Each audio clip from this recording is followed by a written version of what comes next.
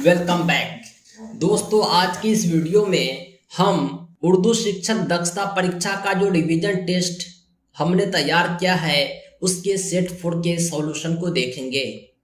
Question number 1 से लेकर के 100 तक के सभी 100 सवालात को आज हम सॉल्व करेंगे और सॉल्यूशन एक्सप्लेनेशन अच्छे से समझाएंगे। अगर आप दक्षता एग्जाम का कंप्लीट नोट्स चाहते हैं उर्दू मीडियम में तो आप हमसे हासिल कर सकते हैं।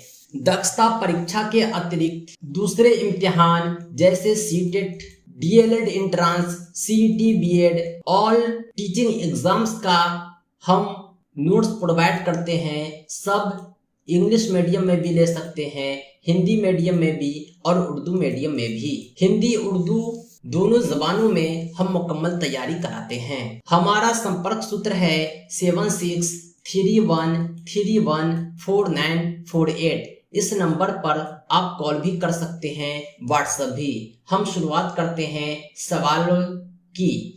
पहला सवाल है सवाल नंबर 1, हरूफ की सही तरतीब पहचानिए। हरूफ की जो तरतीब होती है उसमें सबसे पहले से हुआ करती है, उसके बाद छोटी सीन, फिर बड़ी सीन, उसके बाद साद आता है। सवाल नंबर 2 है रुबाई में कितने मिसरे होते हैं। रुबाई में 4 मिसरे होते हैं। 9 2 11 होना मुहावरा है, इसका मतलब होता है भाग जाना। जैल में साबका की मिसाल है। साबका जो होता है हरूफ के पहले लगता है और नया हरूफ बनाता है। हया में बेसाबका लगता है तो बेहया बनता है। 19 नंबर क्वेश्चन है भारत का कौमी फल क्या है। हमारे भारत का कौमी फल है आम। नज़म गंगा के मुताबिक खाली जगह को बढ़ना है। गंगोत्री से निकली कैसी उछल उछल कर। 21 नंबर क्वेश्चन है कुंवर सिंह और अमर सिंह ने अंग्रेजों से लड़ते लड़ते कहा पनाह ली। आपकी दरसी किताब से लिया गया है। कुंवर सिंह और अमर सिंह अंग्रेजों से लड़ते लड़ते जो है हाजी बेगम के महल में आते हैं और यहीं पनाह लेते। क्वेश्चन नंबर 29 है, इसमें भी 3 ऑप्शन एक हैं, चौथा अलग है। आप गौर करेंगे आपको समझ में आएगा। मैं इसे समझाता हूँ। Y के बाद Z आता है, U के बाद V आता है, Q के बाद R आता है, लेकिन B के बाद A नहीं बल्कि C आता है। इसी प्रकार आप पाए हैं कि चौथा जो है तीनों से अलग है। आइए एक बार और समझाता हूँ। L के बाद M आता है, H के बाद I आता है, D के बाद E आता है, लेकिन O के बाद N नहीं बल्कि P आता है। सही जवाब होगा ऑप्शन डी।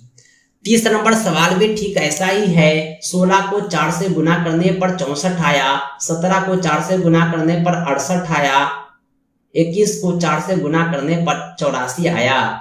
लेकिन 4 के बजाय 5 से गुना करेंगे तब 20 को तो 100 आएगा। यानी ऑप्शन सी जो है बाकी ऑप्शन से अलग है, यानी ये हो गया ताक जोड़ा। 31 नंबर सवाल है, इसमें 5 हरूफ दिए गए हैं, इसे तरतीब में सजाना है। सबसे पहले आप मिट्टी की तलाश करेंगे, उसके बाद उसमें बीज बोएंगे, फिर जो है पौधा निकलेगा, उसमें फूल आएगा, लास्ट में फल आएगा। यानी ऑप्शन डी जो है ये सही तरतीब। नंबर 43 है, चपटी सतह की शक्ल क्या है।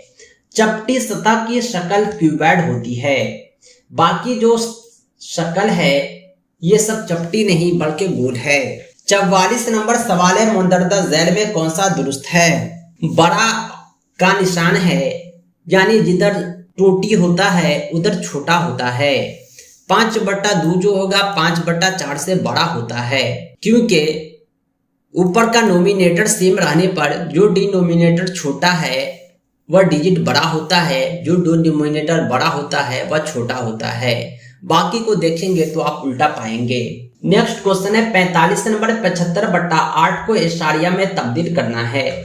75/8 को इशारिया में तब्दील करेंगे तो 9 8 72 आएगा, 3 30, 8 3 24, 6 60, 8 7 56, 4 40, 8 5 40। 5 या 5 से ज्यादा रहने पर इसमें 1 जुट जाता है, 7 1 8 हो जाएगा। सही जवाब होगा 9.38, क्योंकि हमको इशारिया के बाद 2 ही डिजिट लेना पड़ता है। 46 को सवाल है, इसमें एलसीएम निकालना है, सबसे कम आम फैक्टर निकालना है। 8 18 24 का सबसे कम आम फैक्टर हो जाएगा 72। 47 नंबर सवाल है, अगर 1 दर्जन केले की कीमत 40 रुपया है तो 100 रुपए में कितने केले मिलेंगे? 12 केले जो हैं, 1 दर्जन केले 40 में मिलते हैं तो 80 में 2 दर्जन मिलेंगे, 20 में आधा दर्जन मिलेंगे, यानी 2.5 दर्जन सही जवाब हो जाएगा ऑप्शन डी। नेक्स्ट क्वेश्चन है 48 नंबर, किस कसर की कम कदर है? सबसे कम वैल्यू किस कसर का है? अगर नोमिनेटर सेम रहे, एक कॉमन है सब में, जो डिनोमिनेटर बड़ा होगा उसकी कदर सबसे कम होगी, जो डिनोमिनेटर छोटा होगा उसकी कदर सबसे ज्यादा होगी। सही जवाब है। नेक्स्ट क्वेश्चन है 59, जब एक से ज्यादा फुट चेन को किसी सतह पर मिलते हैं तो क्या बनता है? जब एक से ज्यादा फुट चेन किसी भी सतह पर मिलते हैं तो उसे फुट जाल कहते हैं। 60 नंबर क्वेश्चन है, माहौलियाती तहफ्फुज का मतलब क्या है?